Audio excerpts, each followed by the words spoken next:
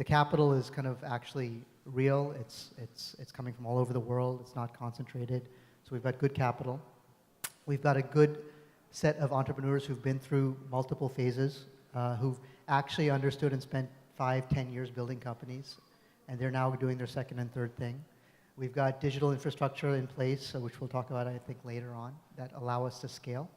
And we've got an appetite from around the world to use platforms and the ecosystem to kind of scale different services. So all of these things which were never in place or lacking in my journey are all at an inflection point right now. So whether you're WhatsApp or whether you're a startup, it's a phenomenal time to be investing in India.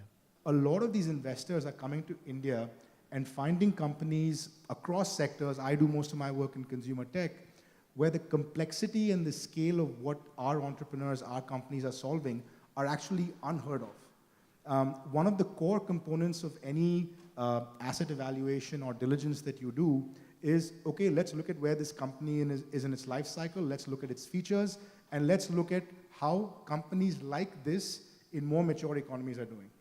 Regardless of what the metric is, how quickly are they scaling, how complicated is the problem that they're solving, so on and so forth. What is the quality of the user experience that they're delivering? And what we find is there's company after company where you try to do this and you just can't. Because, like I said, the complexity, the quality that people are delivering because they have to in India is sort of unparalleled, which is again giving investors a tremendous amount of confidence, and you get back to that second point I was making, which is that kind of confidence building flywheel. So one simple number, which is pre-geo, the per capita data consumption in India for an average user was half a GB per month.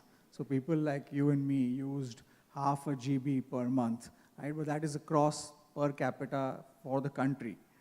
Post-geo now, what we see at geo is that the per capita consumption, and this is across 300 million people, which is pretty much the data consuming population of the country, is half a GB per day.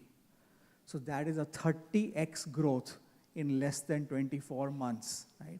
And that is what change is about, right? And that is what essentially propels, we've actually done a study which says that the flywheel effect of essentially this democratization of data, of this digitization of data and availability of information in the hands of the Aam Aadmi in India is going to catapult the economy by 1%. Like that's how much this is going to make an effect on the economy in the country. So pools of capital being available, individuals and professionals willing to become entrepreneurs and go out and push themselves and push their talent hard enough.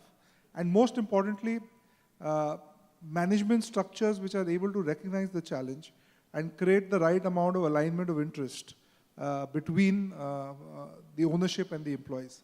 And lastly, once all these things happen, a large set of clients who are able to feel the innovation, difference in teamwork and hard work, while these set of people come across to them. So in a sense, I think what you're really seeing over the last 10 years for me is a reflection of something which I can possibly put in 2 lines, right? So effectively, it's about getting a frictionless relationship.